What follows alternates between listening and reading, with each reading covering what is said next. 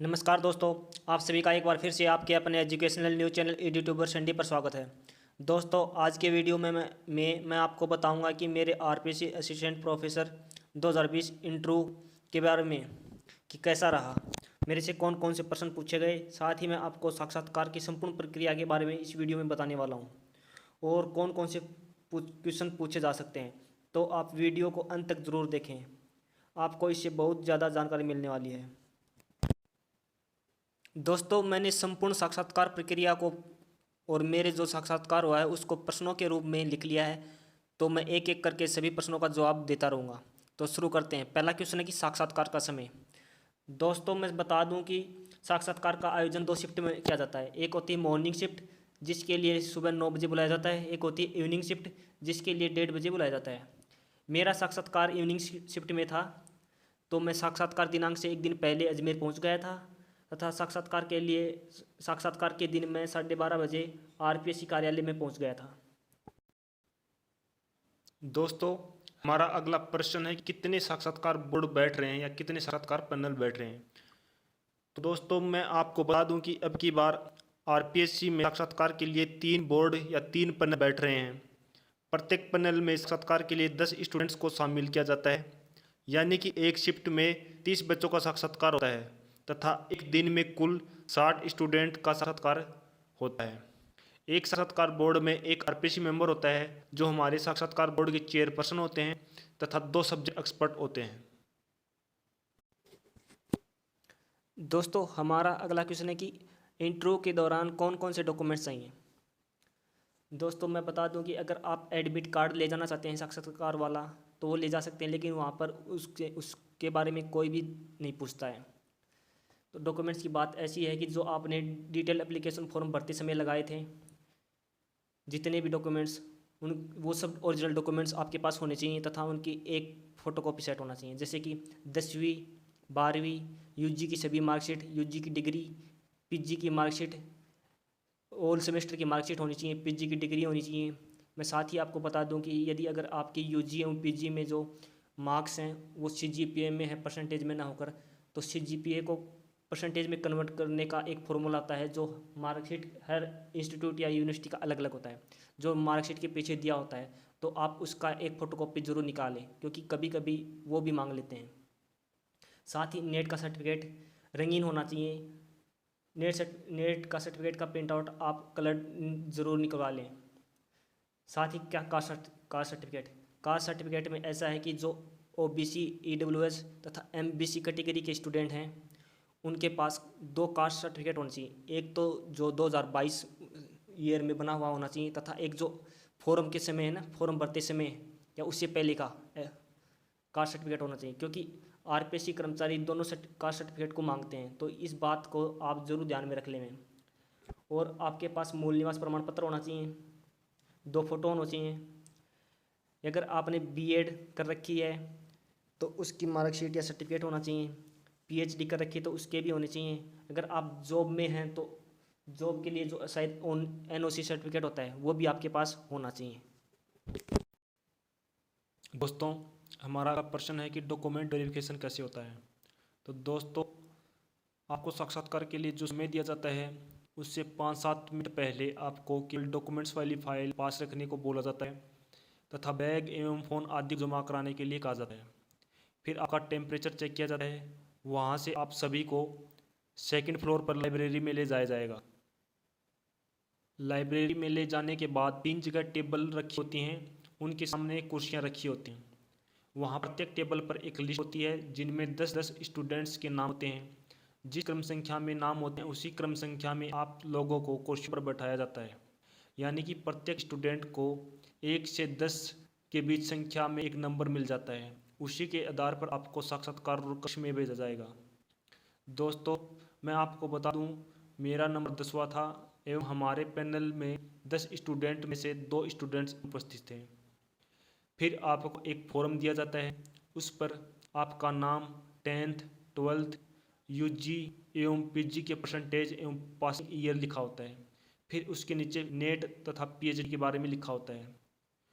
उस फॉर्म पर आपसे हिंदी एवं इंग्लिश दोनों में सिग्नेचर करवाए जाएंगे तथा एक फ़ोटो के पीछे रोल नंबर लिखवा कर उसे उस फॉर्म पर चिपकवा जाएगा। फिर आपसे वो फॉर्म कलेक्ट कर लिया जाएगा। उसके बाद डॉक्यूमेंट वेरिफिकेशन स्टार्ट होता है। दोस्तों, क्रम संख्या के आधार पर एक एक करके सभी के ओरिजिनल डॉक्यूमेंट्स चेक किए जाते हैं। साथ ही एक कर्मचारी आपके डिटेल एप्लीकेशन फॉर्म को देखता है। यदि उसमें किसी डॉक्यूमेंट्स की कमी होती है तो आपसे ले लिया जाता है। दोस्तों, मैं आपको बता दूं कि साक्षात्कार के समय आपसे 2 फोटो एवं सेल्फ अटेस्टेड फोटो कॉपीज का सेट मंगवाया जाता है, लेकिन एक फोटो ही काम में ली जाती है। एवं सेल्फ अटेस्टेड फोटो कॉपीज यदि आपने डिटेल एप्लीकेशन फॉर्म के समय जमा नहीं करवाया तो आपसे ले लिया जाएगा, वरना नहीं लिया जाता है। दोस्तों, हमारा अगला क्वेश्चन है कि डॉक्यूमेंट वेरिफिकेशन में कितना समय लगता है। मैं आपको बता दूं कि एक एक करके सभी स्टूडेंट्स के ओरिजिनल डॉक्यूमेंट्स चेक किए जाते हैं। इस प्रक्रिया में लगभग 1 से 1.5 घंटा लग जाता है। जो 1 से 1.5 घंटे में सभी बच्चों के ओरिजिनल डॉक्यूमेंट्स चेक कर लिए जाते हैं। हमारा अगला क्वेश्चन है कि साक्षात्कार कब प्रारंभ होता है। दोस्तों, मैं आपको बता दूं कि लगभग 1 से 1.5 घंटे डॉक्यूमेंट्स वेरिफिकेशन के बाद साक्षात्कार प्रक्रिया, जैसे इवनिंग शिफ्ट में तो लगभग 3 बजे स्टार्ट हो जाता है एवं मॉर्निंग शिफ्ट में 10 सवा 10 के समथिंग या 10:30 तक साक्षात्कार प्रक्रिया प्रारंभ हो जाती है। साक्षात्कार के लिए एक साथ 2 स्टूडेंट्स को ले जाया जाता है एवं साक्षात्कार रूम के सामने बैठा दिया जाता है। वहाँ से एक एक करके स्टूडेंट्स को अंदर भेजा जाता है। दोस्तों, हमारा अगला प्रश्न है कि साक्षात्कार रूम कैसा होता है, यानी कि साक्षात्कार रूम में अंदर की व्यवस्था कैसी होती है। तो दोस्तों, जैसे ही आप साक्षात्कार रूम में प्रवेश करते हैं तो आपको लगभग 12 से 15 फीट की एक बड़ी सी टेबल देखने को मिलेगी। उस टेबल के बीच में आरपीसी मेंबर बैठा रहता है, जो हमारे साक्षात्कार के चेयरपर्सन होते हैं, और वो ही इंटरव्यू की शुरुआत करते हैं। एवं टेबल के दोनों छोर पर एक्सपर्ट बैठे रहते हैं। उस टेबल के 5-6 फीट की दूरी पर आपके लिए एक छोटी टेबल एवं कुर्सी रखी होती है। उस टेबल पर पानी की बोतल, कुछ A4 शीट्स, पेंसिल, रबर आदि रखे हुए होते हैं। साक्षात्कार बोर्ड के सामने वाली और आपके पीछे की दीवार पर एक बोर्ड लगा होता है। वहीं पर दीवार के पास एक टेबल रखी होती है, जिस पर मार्कर तथा बोर्ड को साफ करने के लिए एक डस्टर आदि रखे होते हैं। दोस्तों, मैं आपको बता दूं कि आपको साक्षात्कार रूम में अपने साथ कुछ भी नहीं लेकर जाने दिया जाता है। यहाँ तक पेन, घड़ी भी अलाउ नहीं है साक्षात्कार रूम में। आप सभी को डॉक्यूमेंट्स वाली फाइल, पेन, वॉच, इन सभी को बाहर टेबल पर रखवा कर अंदर साक्षात्कार रूम में प्रवेश दिया जाता है। मैं आपको बता दूं कि कुछ स्टूडेंट्स अपनी PhD के थीसिस पेपर या बुक्स जो उन्होंने पब्लिश किए लेकर जाते हैं। मेरी उनके लिए यही एक राय है कि आप उनको साथ लेकर नहीं जाएं, क्योंकि इंटरव्यू रूम में कुछ भी अलाउ नहीं है। हमारा अगला क्वेश्चन है कि मेरे साक्षात्कार की शुरुआत कैसे हुई। दोस्तों, मैं आपको बता दूं कि मेरा साक्षात्कार सबसे लास्ट में था, यानी कि 10वें नंबर पर था। जब मेरा नंबर आया तो चपरासी ने गेट खोलते हुए मुझे अंदर जाने के लिए बोला। जैसे ही मैं अंदर गया तो देखा कि पहले 7-8 फीट की लंबी एक गैलरी होती है, उसके बाद साक्षात्कार हॉल की शुरुआत होती है। तो मैंने साक्षात्कार हॉल के पास जाकर अंदर आने की परमिशन मांगी और मैंने अंदर जाकर सभी को नमस्ते किया। मेरे बोर्ड में आरपीसी मेंबर संगीता आर्य जी थी। उन्होंने मुझे बैठने के लिए बोला। फिर मैंने बैठकर उनको थैंक यू कहा। फिर उन्होंने मुझसे पूछा, यू आर द लास्ट। तो मैंने उनको जवाब देते हुए कहा, यस मैम। फिर उन्होंने मुझसे पूछा कि विच नंबर। तो मैंने उनको बता दिया कि मैम 10th नंबर। फिर उन्होंने मुझसे कहा कि you are the last but not least. इतना पूछने के पश्चात उन्होंने फिर मुझसे 10वीं 12वीं UG एवं PG के बारे में क्रम से पूछा। फिर उन्होंने मुझसे पहले पूछा कि तुम अखबार पढ़ते हो कि नहीं पढ़ते हो। मैंने कहा कि मैम नहीं पढ़ता। तो उन्होंने मुझसे पूछा कि ये आपकी अच्छी आदत है या बुरी आदत है। मैंने बोल दिया कि मैम बुरी आदत है। तो फिर उन्होंने मुझसे पूछा कि फ़ोन में तो पढ़ते ही होंगे। फिर जैसे अपन ना फ़ोन पर स्वाइप करते हैं, ऐसे इशारा करते हैं कि फ़ोन में तो पढ़ते ही होंगे। फिर मैंने बोला यस मैम। फिर उन्होंने मुझसे GK के क्वेश्चनों की शुरुआत की। तो हमारा अगला क्वेश्चन भी यही है कि मुझसे आरपीसी मेंबर ने GK के प्रश्न कहाँ से पूछे। तो दोस्तों, जैसा कि मैंने बताया कि जो मेरे 10th और 12th है ना, वो मेरे यहाँ झुंझुनू से लोकल जगह से हुई हैं जो इतनी फेमस नहीं है। तो फिर उन्होंने मेरी यूजी जो जयपुर से हुई थी उसी से सवाल पूछने स्टार्ट कर दिए। उन्होंने मुझसे सबसे पहले सवाल पूछा कि यूनेस्को हेरिटेज में जयपुर के कौन कौन से स्थान शामिल आते हैं।